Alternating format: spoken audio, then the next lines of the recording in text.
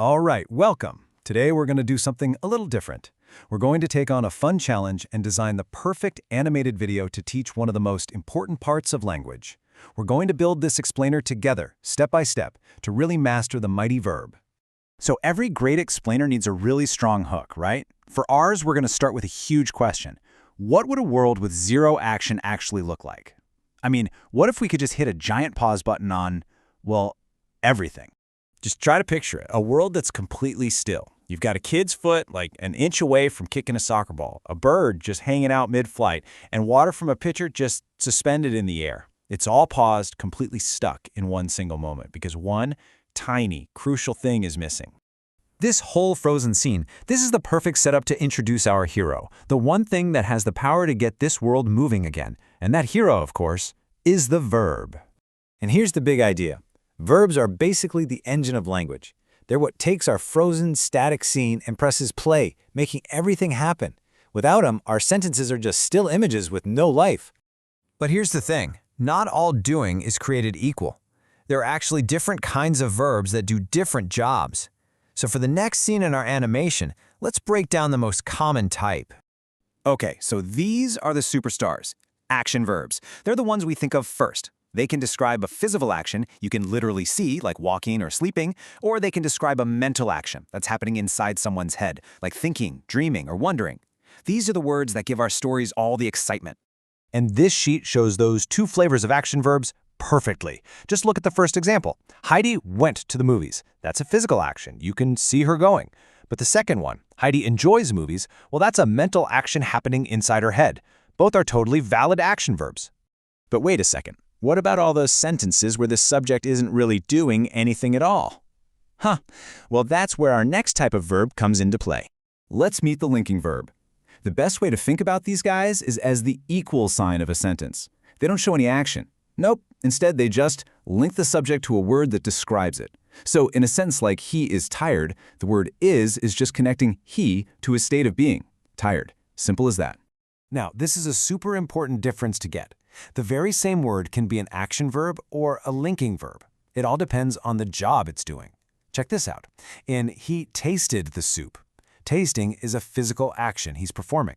But in the soup tasted delicious, the verb is just linking soup to a description. It's describing how the soup is, not something the soup is doing. And last but not least, we've got the helpful sidekicks of the verb world. Helping verbs, words like is, has, will, or can. They team up with a main verb to give us a way clearer picture of the action, especially when it comes to time. For instance, saying she is going is so much more specific than just saying she goes. And believe me, these little words have a huge impact. Just listen to the difference between I may leave, I must leave, and I should leave. They all mean totally different things. When a helping verb and a main verb work together like this, they make what's called a verb phrase, which gives us really precise control over the action. Okay, every good animated story needs a fast-paced, high-energy montage scene. And for our explainer, we're going to feature the verbs that just refuse to play by the rules, the irregulars. You know, the standard rule is so simple. To make a verb past tense, you just stick an ed on the end. Walk becomes walked, talk becomes talked. Easy. But these irregular verbs, oh no, they have their own ideas, they follow their own unique paths, and you just kind of have to get to know them. So let's look at a few of these common rebels. We don't say goed, right? We say went. It's not eated, it's ate. And seed becomes saw. These guys really add a lot of character to the English language. But yeah, they do take a little bit of memorizing. All right, to wrap up our animated explainer, it is definitely time for a final interactive quiz scene. Let's see how well we can spot all these different verbs out there in the wild. Let's start with an easy one. She sings beautifully. What's the action here? Come on, it sings. That's a classic action verb. In our animation, we'd make that word pop. Maybe give it a cool glow effect to really make it stand out. Okay, next up, they are happy. Is anybody doing anything here? Not really. The word are isn't showing an action. It's a linking verb.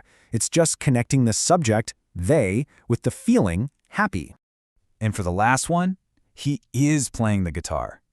Now here we've got a team effort. We've got the helping verb is working right alongside the main action verb playing. Together, they form a verb phrase that tells us the action is happening right now. So what's the big takeaway from all of this? It's that verbs are really the pulse of our language. Once you can spot whether a verb is showing action or linking ideas or helping out another verb, you unlock the power to communicate with way more precision and a whole lot more clarity. And that just about does it. So I'll leave you with one final thought to chew on. Just think about your day today. Whether you learned something new, or you created something amazing, or you helped a friend, or maybe you just laughed, verbs were right there at the center of all of it. Thanks for watching.